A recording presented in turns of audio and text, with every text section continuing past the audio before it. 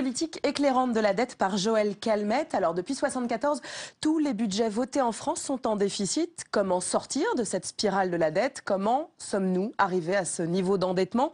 Faut-il la rembourser, l'effacer ou la creuser encore pour financer notre modèle social?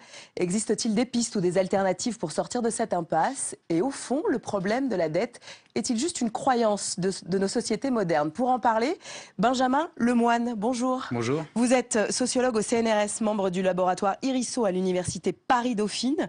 Bienvenue à vous. Et vous signez l'Ordre de la dette, enquête sur les infortunes de l'État et la prospérité du marché aux éditions La Découverte. Ça sort en mars. Merci et bienvenue à vous. En face de vous, Gilles Carrez, bonjour. Bonjour. Vous êtes président de la Commission des finances à l'Assemblée nationale. Bienvenue.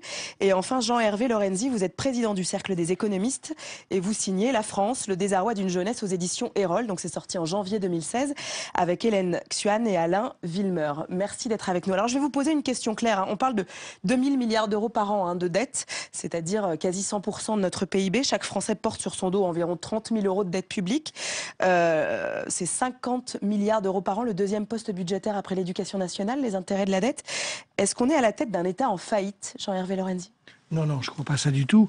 Je trouvais que la formule qui avait été employée par François Fillon était, j'allais dire, utile parce qu'il a mis l'accent sur cette difficulté énorme. Mais en réalité, faillite, ça veut dire faillite. C'est que vous ne pouvez pas rembourser votre dette. Et un État ne peut pas être en faillite. Si, il y a des États qui sont en faillite, mais pas le nôtre.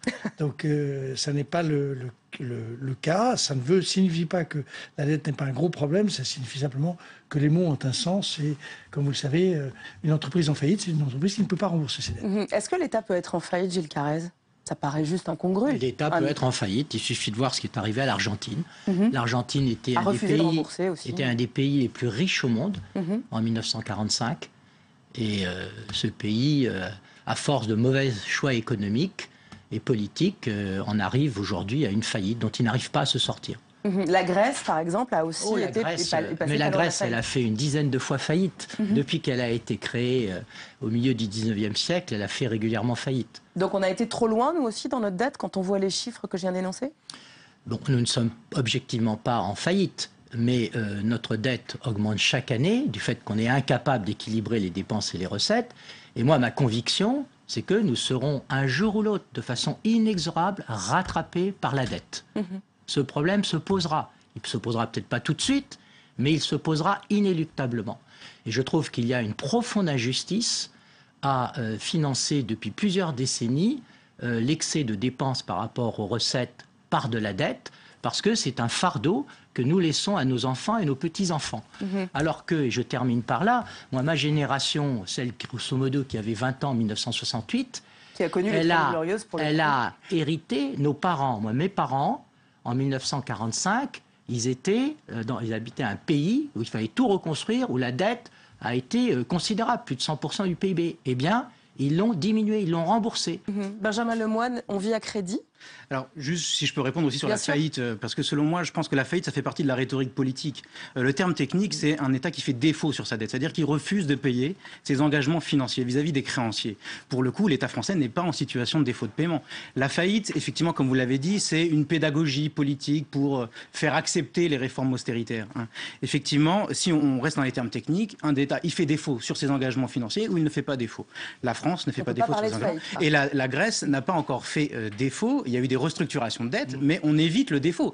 L'essentiel des prêts européens sont précisément pour éviter un défaut. Donc je ne sais pas si on peut dire aussi que la Grèce est en faillite. Je pense qu'il faut être aussi précis sur ces termes. C'est pas forcément technique, c'est juste pour bien distinguer entre la rhétorique politique utilisée par François Fillon et le terme technique, c'est-à-dire le défaut sur ses engagements. Ensuite, vous parlez des 30 Glorieuses, Gilles Carrez, c'est tout à fait intéressant. Comment l'État a-t-il réduit son énorme dette au moment de la reconstruction? Et là, je pense que c'est quelque chose qui n'est pas présent dans ce film. C'est-à-dire que si on remontait toute l'histoire, on partirait précisément de cette après-Seconde Guerre mondiale. Et qu'est-ce qu'on verrait? Qu'à l'époque existait un système alternatif qui a complètement disparu du paysage, où l'État, effectivement, ne vivait pas à crédit. Pourquoi? Parce qu'il fonctionnait comme un banquier.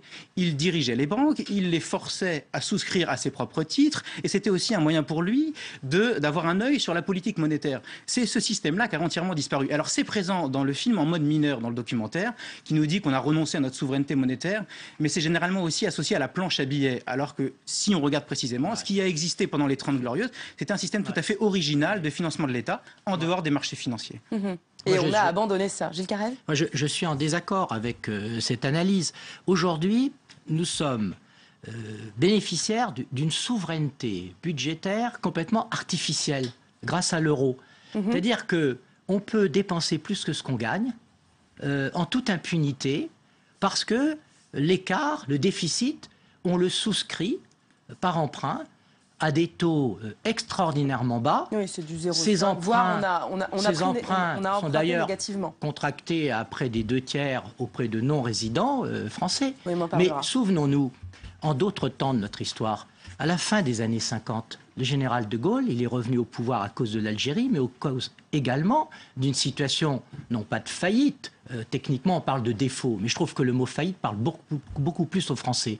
Il est revenu parce qu'il fallait remettre de l'ordre dans les finances. Souvenez-vous, en 1982, 81-82, quand les vannes des dépenses ont été complètement ouvertes, avec les nationalisations. Eh bien, dès le milieu de l'année 1982, il y a une corde de rappel, ce qu'on appelle la contrainte extérieure, qui est arrivée. Mais via les marchés.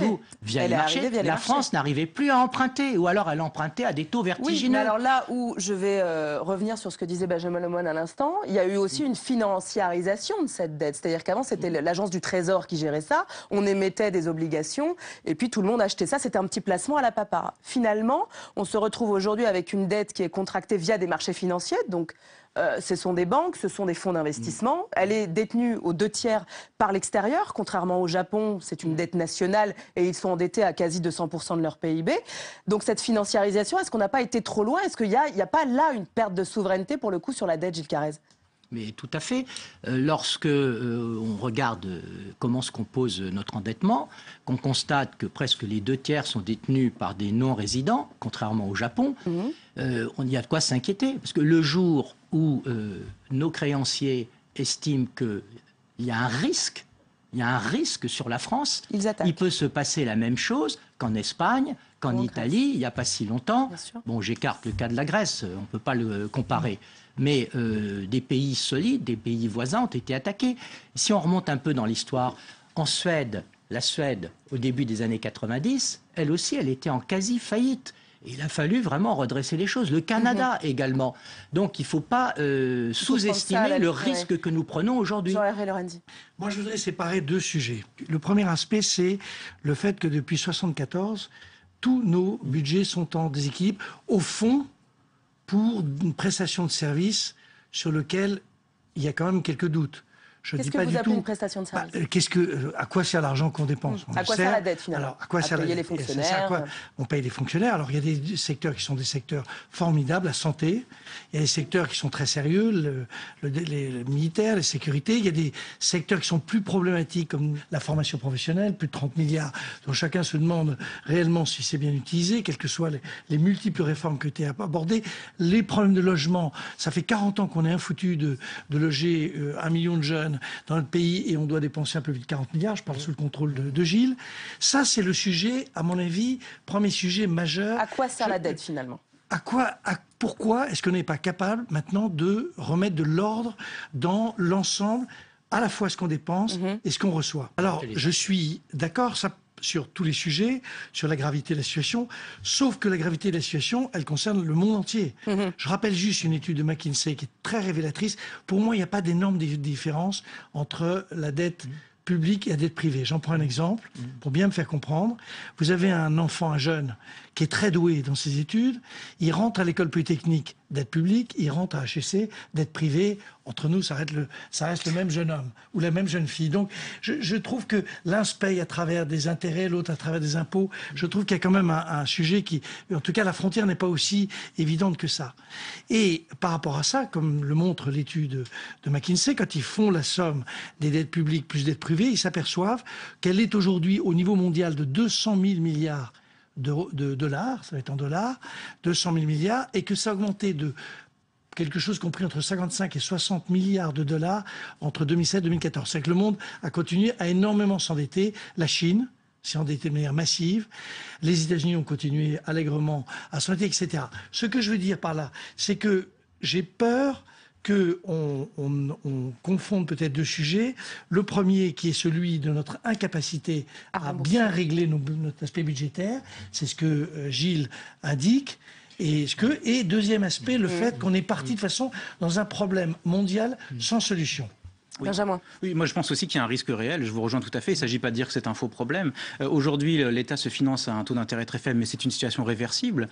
Et l'État, quand il fait la promotion de ses titres de dette pour se financer, il doit aussi donner un certain nombre de gages. Il doit faire la preuve qu'il suit les bonnes politiques économiques. Et lorsqu'il la vend, on appelle ça des roadshows, des voyages commerciaux, hein, l'État voyage pour vendre sa dette à travers le monde, eh bien il doit aussi donner en face un certain nombre de garanties pour les créanciers. Parmi ces garanties, il y en a une qui devrait être mise en débat, je pense, pour les prochaines présidentielles, c'est la politique d'inflation.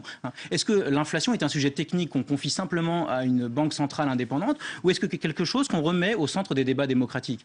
Parce qu'on n'est pas tous égaux devant la dette publique. Il y a des gens qui ont de l'épargne, qui la placent et qui sont des détenteurs indirects de dette publique. Lorsque vous avez de l'épargne, elle est placée éventuellement en obligation du Trésor et vous n'avez aucun intérêt à de l'inflation parce que vous avez besoin que votre épargne soit protégée.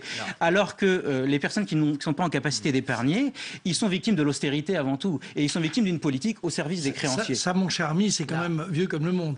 Il y a peut-être, mais en tout cas, on n'en débat plus. Au-delà de votre livre qui va être formidable, et qui est sûrement formidable, et la présentation qui a été faite, le documentaire, il y a l'histoire, il y a un formidable bouquin sur les 2000 ans de dette. Depuis que le monde est monde, entre les créanciers et les débiteurs, il y a un conflit, ils se tiennent par la barbichette, et en réalité, l'équilibre n'est jamais tout à fait égalitaire. Gilles Carrez. Certes, mais enfin, on ne débat plus de cet équilibre. Gilles Carrez, la signature de la France reste très bonne. Ah, mais je suis d'accord avec vous. Est-ce que vous savez quand la France a fait pour la dernière fois faillite? Alors là... En 1798. D'accord. C'est la banqueroute des 2 tiers. Donc nous sommes meilleurs que les Allemands. Dans notre histoire, nous avons toujours remboursé nos dettes. D'accord. On les a remboursées parfois en monnaie de singe, grâce avec l'inflation. La planche à billets. Il y a eu les guerres. Aujourd'hui, ce qui m'inquiète, c'est que nous sommes dans une situation, je dirais, normale. Il n'y a pas de conflit majeur, il n'y a pas de crise majeure. Et chaque année, nous dépensons plus que ce que nous gagnons. Et donc, du fait qu'on peut emprunter sans que ça coûte, rendez-vous compte, on est dans la situation où plus on s'endette, moins ça coûte. Et je crois qu'il faut bien expliquer pourquoi. Un instant de technique, un court instant. Rapide. Chaque année, nos dépenses excèdent nos recettes de 4 points de PIB, ce qui est considérable, à peu près 80 milliards d'euros.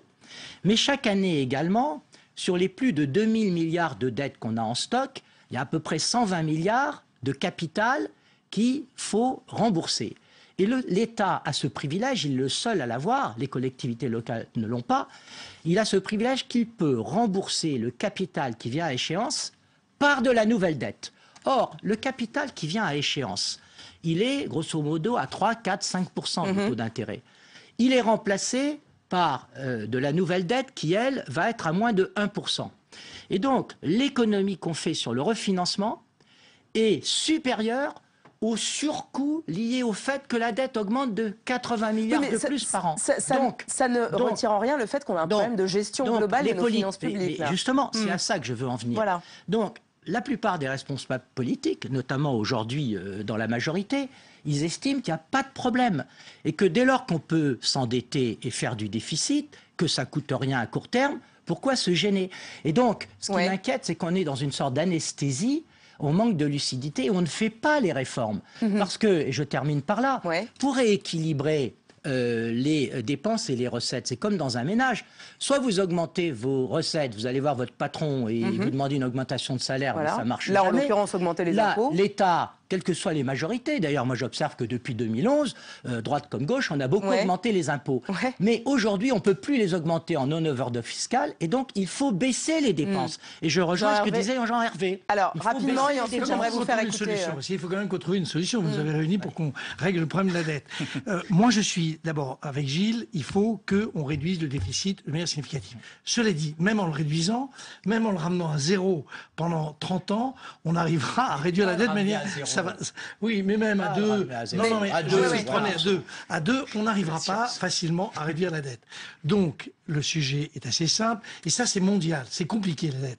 Il se trouve qu'on a beaucoup pêché, donc on a un gros paquet, un boulet. Et on peut faire tous les efforts qu'on veut. Et il faut les faire. Ça, c'est ça le sujet. Parce que psychologiquement, c'est très bon de faire cet effort.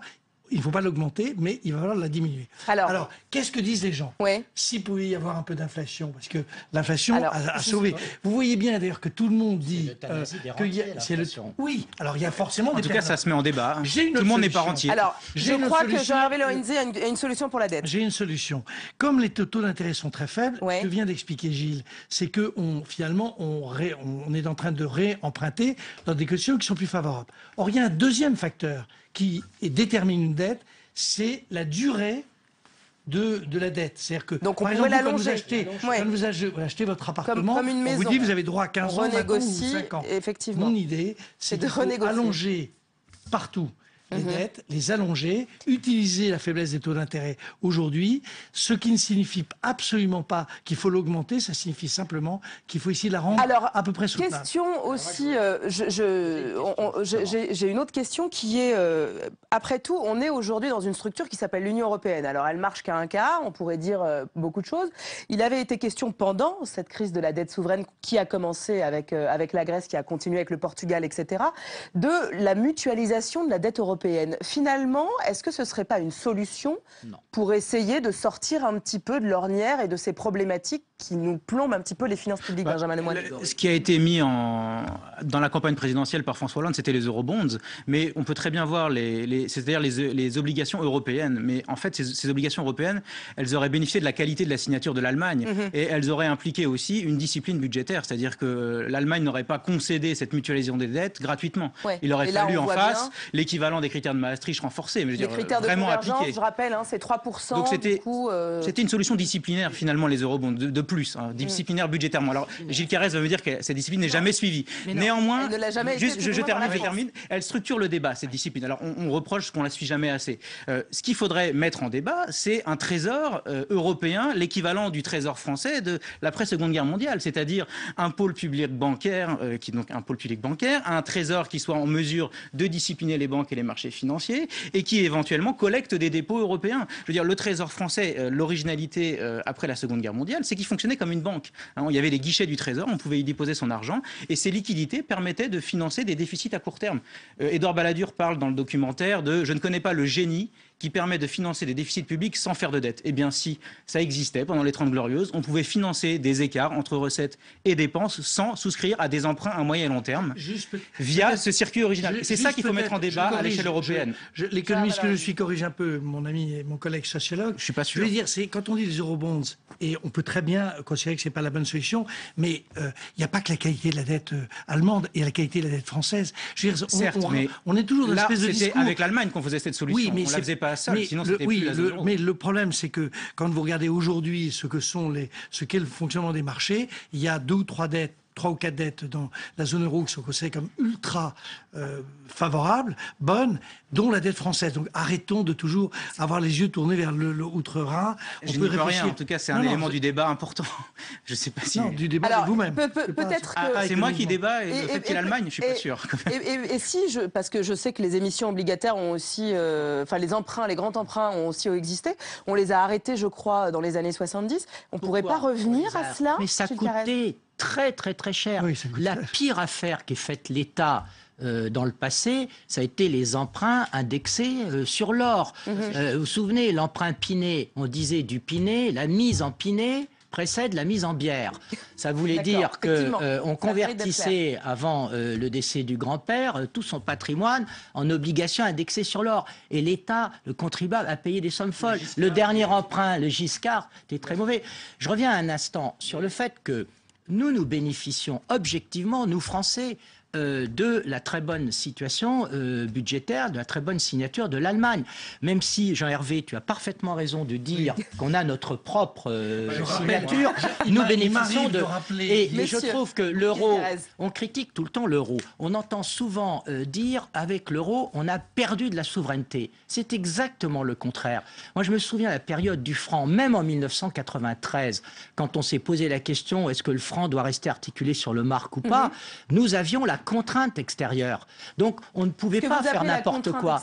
Eh bien, c'est le fait que l'on ne puisse pas emprunter ce qu'on a besoin d'emprunter, ou qu'on l'emprunte à des taux, les entreprises et l'État. Voilà, ou qu'on doive l'emprunter à des taux extraordinairement pénalisants. Donc, nous ne connaissons plus cette situation grâce à l'euro, mais je voudrais pas qu'on s'endorme pendant des années et des années pour se réveiller tout d'un coup avec la gueule de bois et une crise financière. Moi, ce qui m'a beaucoup marqué, c'est ce qui s'est passé il y a 4 ans ou 5 ans sur l'Italie et sur l'Espagne. En l'espace de 3 mois, les taux d'intérêt auxquels empruntait l'État italien ou l'État espagnol sont passés de 3% à 7%. Bon, je rappelle que si, chez nous, les taux d'intérêt augmente de 1%, 100 points de base. Dès la première année, c'est 2,5 milliards de plus. L'année suivante, c'est 5 milliards. C'est le budget de la culture qui disparaît. Benjamin Lemoyne, vous aurez le mot de la fin, je suis désolée. Juste sur ce documentaire, il y a un point très important, c'est l'état de la classe politique vis-à-vis de la dette publique. Qu'est-ce qu'on voit dans ce film? On voit Mitterrand qui explique que trop d'impôts tue l'impôt, qui reprend à son compte la courbe de l'affaire, très libérale, et Bérégovoy qui, au nom des classes moyennes, libéralise les marchés financiers. De l'autre côté, on nous montre la droite qui fait de la dépense fiscale. C'est-à-dire que ça coûte pour les finances publiques des réductions d'impôts. Dans cet état du débat, il est urgent, je pense, que la classe politique se saisisse de la question monétaire. Parce que avec Bérégovoy et le Francfort, qu'est-ce qu'on voit? Eh bien, on voit finalement une gauche qui se comporte de manière plus royaliste que le roi, encore plus orthodoxe que la droite, d'une certaine manière. Qui fait aussi de l'austérité. Exactement. Donc je pense qu'il est urgent. Attendez, mais arrêtons avec le mot austérité. Quand dans un pays, vous dépensez chaque année 80 milliards de plus que ce que vous gagnez, vous n'êtes pas dans l'austérité. Là-dessus, le mot de la fin, je trouve que les mots sont toujours très excessifs. Il n'y a pas d'austérité en France. Il n'y a aucune austérité en France. Il faut une définition qui soit claire. J'ai dit que la question monétaire avait disparu du débat. Donc je constate qu'on ne vous mettra pas d'accord, mais je vous invite en fait à refaire. Très bien, Madame la Marquise, grâce à s'il vous plaît. Non, tout ne va pas bien. Merci de nous avoir éclairés en tout cas sur cette thématique extrêmement difficile. Merci à vous d'avoir suivi cette émission. J'espère qu'on vous a un petit peu donné des billes sur cette question. C'est la fin de Samedi Soir, Dimanche Matin. Vous pouvez revoir cette émission sur notre site publicsena.fr et réagir sur notre hashtag DocuDébat. La semaine prochaine, tout autre sujet. Nous vous proposons un documentaire autour du brevetage du vivant ou comment des multinationales tentent de privatiser les semences et peut-être notre alimentation. Ce sera la guerre des graines. À la semaine prochaine. Ciao.